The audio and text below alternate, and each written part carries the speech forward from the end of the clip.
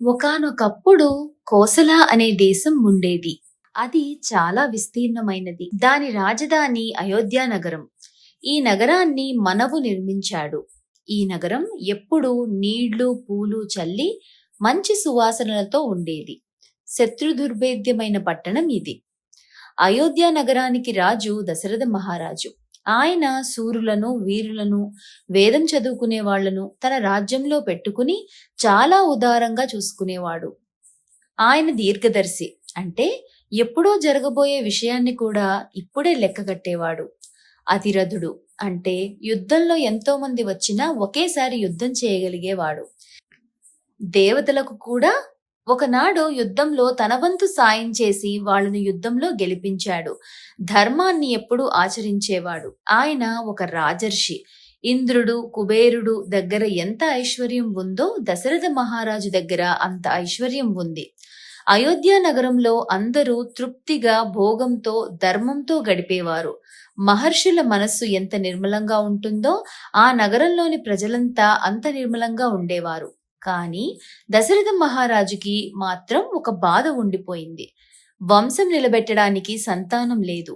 అందుకని ఆయన ఒకసారి కూర్చుని ఆలోచించి, నేను చేసిన పాపం ఏదో అడ్డుపడి నాకు సంతానం కలగట్లేదు అని ఆ పాపం పోగొట్టుకోవడానికి అశ్వమేధ యాగం చేయాలని అనుకుని మంత్రిని పిలిచి పురోహితులను, ఋషులను పిలవమన్నాడు. జాబాలి, కాశ్యపుడు, వశిష్ఠుడు మొదలైన వాళ్ళు వచ్చారు. నేను అశ్వమేధ యాగం చేయాలనుకుంటున్నాను. మహానుభావులారా, మీరందరూ ఈ కార్యం సఫలం కావాలని ఆశీర్వదించండి. కొడుకు పుట్టాలని కోరుకోవడం గొప్ప కాదు. పుట్టినటువంటి కొడుకు 7 తరాలను ఉద్ధరించగలిగిన వాడై ఉండాలి. దశరథ, నువ్వు వేదాన్ని చదువుకున్నావు గనుక పుత్రుడు కలగడానికి అడ్డుగా ఉన్న పాపం పోగొట్టుకోవడానికి అశ్వమేధ యాగం చేయాలనుకున్నావు. చాలా గొప్ప నిర్ణయం తీసుకున్నావు. మేము ఈ నిర్ణయానికి చాలా సంతోషించాం. నీకు కీర్తి కలిగేలా చేసేటువంటి కుమారులు కలుగుతారు. నీ కోరిక నెరవేరుతుంది. ఇదే మా ఆశీర్వాదం. అశ్వమేధ యాగం చేయటం చాలా కష్టం. బ్రహ్మరాక్షసులు ఆ యాగం ఆపటానికి అడ్డంకులు కలిగిస్తారు. కానీ ఇప్పుడు నాకు ఆ భయం లేదు గురువర్యా. ఎందుకంటే పెద్దలు, గురువులు అయిన మీ ఆశీర్వాద బలం వల్ల ఏ ఆటంకాలు లేకుండా ఈ యాగం సంపూర్ణమయ్యి నాకు పుత్ర సంతానం కలుగుతుంది. నేను ధన్యుని గురువర్యా. సరయూ నది ఉత్తర తీరంలో యాగం మొదలు పెట్టాలని నిర్ణయించుకున్నాడు దశరథ మహారాజు. ఇక్కడ ఎంతోమంది సామంతరాజులున్నారు. అందరూ నా మిత్రులే. కాబట్టి మీరందరూ కలిసి ఈ యాగాన్ని పరిరక్షించండి. ఎందుకంటే ఈ యాగాన్ని ఆపాలని బ్రహ్మరాక్షసులు ప్రయత్నిస్తారు. దశరథ మహారాజా, మీకు మాట ఇస్తున్నాం. మీరు చేసే అశ్వమేధ యాగానికి ఎటువంటి ఆటంకం రాకుండా మేమందరం దగ్గరుండి చూసుకుంటాం. కౌసల్య, సుమిత్ర, కైక, ఇలా రండి. మీకు ఒక సంతోషకరమైన వార్తను చెబుతాను. ఎప్పటి నుంచో మనకి పుత్ర సంతానం లేదని బాధపడుతున్నాం కదా. దానికోసం అశ్వమేధ యాగం చేయాలని నిర్ణయించుకున్నాను. ఋషులు, మన కులగురువైన వశిష్ఠ మహర్షి కూడా ఆశీర్వదించారు. కనుక మనకు ఖచ్చితంగా పుత్రులు పుడతారు. పుత్ర సంతానం కోసం ఎంతగానో ఎదురు చూస్తున్న మాకు ఎంతో సంతోషాన్నిచ్చే మాట చెప్పారు నాథ. మేము ఈ యాగం కోసం సిద్ధంగా ఉన్నాము.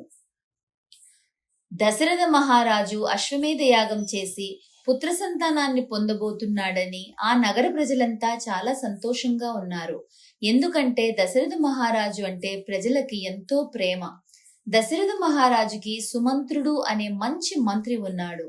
ఆయన దశరథ మహారాజుకి ఒక ముఖ్యమైన విషయం చెబుదామని రాజు ఏకాంత మందిరానికి వచ్చాడు. మహారాజా, మీకు ముఖ్యమైన విషయం చెప్పాలి. ఏమిటది సుమంత్ర?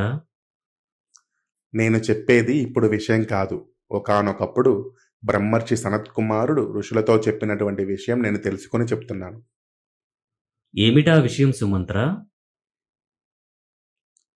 కాశ్యపుడు అనే ఋషికి పుత్రుడు విభండక మహర్షి. విభండక మహర్షి యొక్క పుత్రుడు ఋష్యశృంగ మహర్షి. ఈ ఋష్యశృంగ మహర్షి అన్ని విద్యలను అభ్యసించాడు. బ్రహ్మచర్యం పాటించేవాడు. ఈయన పుట్టుకతోనే తల మీద కొమ్ము ఉంది. ఈయన్ని ఒక జింక యొక్క పిల్లవాడిగా గుర్తించారు. అందుకే ఈయనకి ఋష్యశృంగ అని పేరు పెట్టారు. సుమంత్ర, ఏమిటి నువ్వు చెప్పేది?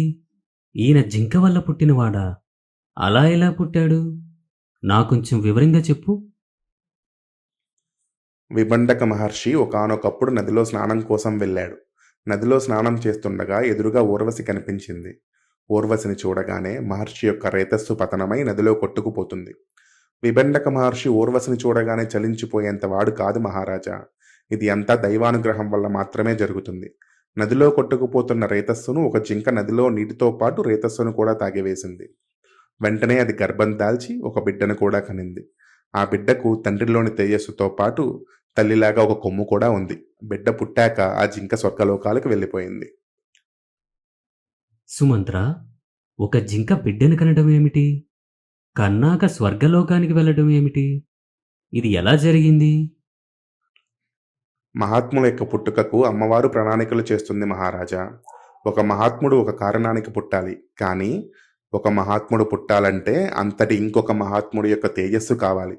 అమ్మవారి సంకల్పం. ఇప్పుడు విభండక మహర్షి మనసు కదలాలి. కదిలేలా అమ్మవారు చేసింది. ఆ జింక సామాన్యమైనది కాదు, చిత్రరేఖ అనే అప్సరస. ఆ చిత్రరేఖ ఒకానొకప్పుడు ఇంద్రుడి ఆస్థానంలో నృత్యం చేస్తుంది. ఆ నృత్యాన్ని చూసి సంతోషించి లేళ్ళు, జింకలు, పక్షులు కూడా వచ్చాయి. ఆ నృత్యం అంత సుందరంగా ఉంది. చిత్రరేఖ నాట్యం చేస్తూ ఇంద్రుడి వంక చూడకుండా ఎంత బాగా చూస్తుందో అని ఒక జింక వంక చూస్తూ నాట్యం చేసింది. అప్పుడు ఇంద్రుడు, నీవు నృత్యం చేసేటప్పుడు నా వంక చూడకుండా జింకను చూశావు కాబట్టి నీవు భూలోకంలో జింకవై జన్మించు అని శపించాడు. చిత్రలేఖ బాధపడుతూ, ఇంద్రదేవా, నా తప్పు క్షమించండి, నాకు శాప విమోచనం ఎప్పుడో సెలవివ్వండి అని అడిగింది. దానికి ఇంద్రుడు, మహానుభావుడైన విభండక మహర్షి యొక్క రేతస్సు పతనమవుతుంది. ఇంకొక మహానుభావుడు జననం కోసం. ఆ రేతస్సును నువ్వు తాగి గర్భం ధరించి ఆ మహాత్మునికి జన్మనిచ్చి మళ్ళీ నువ్వు తిరిగి ఈ లోకానికి చేరుతావని చెప్పాడు. అందువల్ల ఋష్యశృంగుడు ఒక జింకకి జన్మించాడు దశరథ మహారాజా.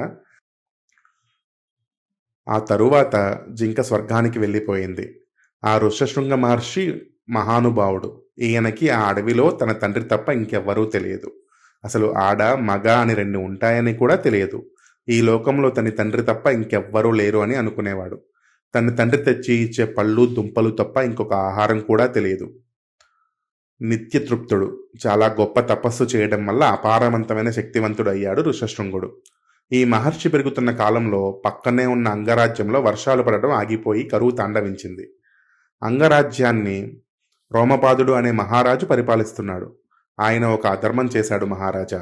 దానివల్ల రాజ్యంలో వర్షాలు పడడం మానివేశాయి. రోమపాద మహారాజు తనకి కొడుకులు పుట్టలేదని బ్రాహ్మణులను పిలిచి గొప్ప గొప్ప దానాలు చేస్తున్నాడు. అలా అయినా పాపం పోయి కొడుకులు పుడతారని. ఒక బ్రాహ్మణుడు ధనం, ధాన్యం పుచ్చుకుని ఇంటికి వెళ్ళి తన కొడుకుని కూడా తీసుకువచ్చాడు. మహారాజా, ఇందాక నాకు ధనం ఇచ్చారు, వీడు నా కొడుకు, వీడికి ఒక గోవుని ఇవ్వండి అని అడిగాడు. అందుకు రోమపాద మహారాజు ఆ బ్రాహ్మణ పుత్రుణ్ణి చూసి, బ్రాహ్మణుల ఆశలకి అంతులేదు, ఎన్ని ఇచ్చినా వాళ్ళ పిల్లల్ని కూడా తీసుకువచ్చి ఇంకా ఇవ్వండి అని అడుగుతారు అని పకపకా నవ్వాడు. దానికి ఆ బ్రాహ్మణుడు, మహారాజా, నువ్వు రాజు కాబట్టి దానం చేస్తున్నావు, నా కొడుకు ధనం లేనివాడు కాబట్టి రాజు దగ్గర దానం తీసుకోవచ్చు కాబట్టి నా కొడుకుని తీసుకువచ్చాను. ఒక గోవునే అడిగాను. ఒక గోవుని అడిగినందుకే నా మనసు ఖేదపడేలా మాటలు మాట్లాడావు. నీ మనసు కూడా ఖేదపడాలంటే నా పుత్రుణ్ణి అన్నందుకు నేను ఎలా బాధపడ్డానో ఈ రాజ్యంలో ఉన్న వాళ్ళంతా నీ పుత్రులతో సమానం కాబట్టి ఈ ప్రజలకి అన్నం లేకపోతే నువ్వు ఎంత బాధపడతావో అప్పుడు తెలుస్తుంది. అలా జరగాలంటే ఈ రాజ్యంలో వర్షాలు పడకూడదు, కరువు తాండవెళ్ళాలి అని శపించి వెళ్ళిపోయాడు. వెంటనే ఆ రాజ్యంలో వర్షాలు పడటం ఆగిపోయాయి. అన్నం లేక ప్రజలంతా ఏడుస్తున్నారు. రోమపాదుడు తన మంత్రులందరినీ పిలిచి, మంత్రులారా, వెంటనే ఈ కరువు తీరాలి, వర్షం పడాలి, ఏదైనా దారి ఉంటే చెప్పండి. రాజా, అరణ్యంలో ఒక గొప్ప మహాత్ముడు ఉన్నాడు. ఆయనే ఋష్యశృంగుడు. ఆయన కనుక మన రాజ్యంలో అడుగు పెడితే వెంటనే వర్షాలు పడతాయి. కానీ ఆయనకి తన తండ్రి తప్ప ఇంకొకరు ఉన్నారని తెలియదు. తన తండ్రి అతన్ని పంపడానికి ఒప్పుకోడు. తండ్రికి తెలియకుండా బలవంతంగా తెస్తే ఆయన శాపం ఇస్తారు. ఆ మహానుభావుడైన మహర్షిని ఎలా మన రాజ్యానికి తేవాలో మీరే చెప్పండి. ఋష్యశృంగుడు ఏమిచ్చినా రాడు, ఎందుకంటే ఆయన నిత్యతృప్తుడు. కానీ ఆయన యవ్వనంలో ఉన్న కారణంగా మనం బాగా యవ్వనంలో ఉన్న వేశ్యల్ని పంపిద్దాం అని వేశ్యలను పంపించారు. ఆ వేశ్యలు దూరంగా ఒక పడవను అలంకరించి దానిలోనే ఉండి పాటలు పాడుకుంటున్నారు. ఎందుకంటే దగ్గరకు వెళ్తే తన తండ్రి చూసి శపిస్తాడని దూరంగా ఉంటూనే తన తండ్రి ఎప్పుడన్నా బయటకు వెళ్తాడా అని చూస్తున్నారు. వేశ్యలు ఉన్న ప్రదేశానికి ఒక రోజున దైవవశాత్తు ఋష్యశృంగుడు వెళ్తాడు. తల మీద ఉన్న కొమ్ము చూసి వచ్చినవాడు ఋష్యశృంగుడు అని వేశ్యలు కనిపెట్టారు. ఈ ఋష్యశృంగ మహర్షికి వాళ్ళు ఆడవారు అని కూడా తెలియదు. ఆ మహర్షి వాళ్ళని చూసి దగ్గరకు వెళ్లి వీరంతా మహానుభావులైన ఋషులు అనుకున్నాడు. ఎవరు మీరు అని అడిగాడు. మేమంతా వేదం చదువుకుంటూ ఉంటాము. మేమందరము మా స్వకర్మం మాత్రమే చేసుకుంటామని చెప్పారు ఆ వేశ్యలు. మీరందరూ మహాత్ములు. ఒకసారి మా ఆశ్రమానికి వచ్చిన ఆతిథ్యాన్ని స్వీకరించండి అని మహర్షి అడిగాడు. అందరూ అక్కడికి వెళ్లారు. మహర్షి వాళ్ళని కూర్చోపెట్టి ఆర్ఘ్యము, పాద్యము, ఆసనము ఇచ్చి పండ్లు పెట్టి తినమని కబుర్లు చెప్పుకుంటూ ఉన్నారు. అప్పుడు వేశ్యలు మహర్షితో, నీవు మాకు పండ్లు పెట్టావు, అలాగే మా దగ్గర కొన్ని పండ్లు ఉన్నాయి, ఇదిగో ఇవి మేము తీసుకువచ్చాము అని చెప్పి వాళ్ళ దగ్గర ఉన్న తీపి పదార్థాలు మహర్షికి ఇచ్చారు. మహర్షి వాటిని పండ్లు అనుకునే తిన్నాడు. కానీ వాటి రుచి తను ఎప్పుడూ తినే పండ్ల కన్నా చాలా రుచిగా ఉన్నది. వేశ్యలు వెళ్తూ వెళ్తూ మహర్షిని కౌగిలించుకొని, నువ్వు మా ఆశ్రమానికి కూడా రావాలి అని చెప్పి వెళ్ళిపోయారు. వారు కౌగిలించుకున్నప్పుడు ఆ స్పర్శ మహర్షిని కదిలించింది. ఆ తరువాత వాళ్ళు ఎక్కడ కనపడతారా అని తండ్రి వెళ్ళిపోయాక వెతుకుతూ ఉంటాడు ఋష్యశృంగుడు. ఒకరోజు వాళ్ళు కనపడతారు. వాళ్ళు మహర్షితో, మేము మీ ఆశ్రమానికి వచ్చాము కనుక నువ్వు మా ఆశ్రమానికి రావాలి అని ఋష్యశృంగుణ్ణి ఊళ్ళోకి తీసుకువెళ్తారు. ఎప్పుడైతే అంగరాజ్యంలోకి ఋష్యశృంగుడి అడుగు పెడతాడో ఆయనతో పాటే వర్షం కూడా వచ్చేస్తుంది. వరుణుడు ప్రీతి చెందాడు. ఇంతటి మహానుభావుడు వచ్చాడని ఆనందంతో వర్షం కురిపించేశాడు. ఇప్పుడు రోమపాదుడు పరిగెత్తుకుంటూ వచ్చి సాష్టాంగ ప్రణామం చేసి అక్కడ ఉన్న మట్టిని తన తలకి తగిలేట్టుగా నేల మీద పడి నమస్కరించాడు. ఎందుకంటే ఒక ప్రమాదం దాగి ఉంది. ఋష్యశృంగ మహర్షిని తీసుకువెళ్లామని తన తండ్రి విభండకుడికి తెలిస్తే శపిస్తాడేమో అని ఋష్యశృంగుని కాళ్ల మీద పడి క్షమాపణ చెప్పాడు రోమపాద మహారాజు. ఇలా నేల మీద పడి క్షమాపణ చెప్తే ఏ మహర్షి అయినా ప్రీతి చెందుతాడు అని రాజుకు తెలుసు. ఋష్యశృంగుడు క్షమించి అంతఃపురానికి వెళ్ళాడు. రోమపాదుడు తన కుమార్తె అయిన శాంతాదేవిని మహర్షికి ఇచ్చి వివాహం చేశాడు. ఇప్పుడు ఋష్యశృంగుడు కూడా మామగారైన రోమపాద మహారాజు దగ్గరే ఉంటున్నాడు దశరథ మహారాజా అని సుమంత్రుడు చెప్పాడు. బ్రహ్మమానస పుత్రుడు సనత్కుమారుడు ఋషులకు ఏం చెప్పాడంటే, దశరథ మహారాజుకి బిడ్డలు ఉండరు, దానికోసం దశరథ మహారాజు అశ్వమేధ యాగం చేద్దామని పూనుకుంటాడు. కానీ ఆ యాగం సంపూర్ణం అవ్వాలంటే శాంతా సహితుడై ఋష్యశృంగుడు వచ్చి ఆ యాగంలో కూర్చోవాలి. ఆయన రాకపోతే యాగం సంపూర్ణం అవ్వదు అని సనత్కుమారుడు ఋషులకు చెప్పినట్టు నేను తెలుసుకున్నాను. కాబట్టి నీకు రోమపాదుడు మంచి స్నేహితుడు కదా, నువ్వే స్వయంగా వెళ్ళి రోమపాదుడితో మీ అల్లుణ్ణి పంపమని అడుగు. మామగారు తండ్రితో సమానం కనుక రోమపాదుడు చెప్తే ఋష్యశృంగుడు శాంతా సహితుడే నీ యాగానికి వస్తాడు. నీ మీద ప్రేమతో రోమపాదుడు తన అల్లుడిని పంపిస్తాడు, నీ మిత్రుడు కాబట్టి. వాళ్ళకి నమస్కారం చేసి పార్వతీ పరమేశ్వరుల వంటి ఆ చంటని యాగానికి తీసుకొనిరా దశరథ మహారాజా. దశరథ మహారాజు అంగరాజ్యానికి వెళ్లి, మహారాజా రోమపాద, మహానుభావుడైన నీ అల్లుడు ఋష్యశృంగుణ్ణి, ఆయన భార్య శాంతాదేవిని నా యాగానికి పంపగలవా? వాళ్ళు వచ్చి నా యాగంలో కూర్చుంటే దేవతలు ప్రీతి చెంది యాగం సంపూర్ణమవుతుంది. నాకు పుత్రులు పుడతారు. మీ అల్లుణ్ణి పంపవయ్యా రోమపాద. తప్పకుండా పంపిస్తాం మిత్రమా. ఋష్యశృంగుడికి చేతులు జోడించిన దశరథుడు, మహానుభావ ఋష్యశృంగా, నా 2 చేతులు జోడించి అడుగుతున్నా, నువ్వు శాంతాసహితుడివే వచ్చి నా యాగంలో కూర్చొని నా చేత యాగం చేయిస్తే నీ తపశక్తి వల్ల దేవతలు ఆనందిస్తారు. ఋష్యశృంగుడు సంతోషించి ఆ కార్యానికి భార్యాసహితుడై బయలుదేరాడు. దశరథ మహారాజు పొంగిపోయాడు. శాంతాసహితుడైన ఋష్యశృంగుడితో దశరథ మహారాజు తన అయోధ్యకు ఆనందంతో చేరుకున్నాడు.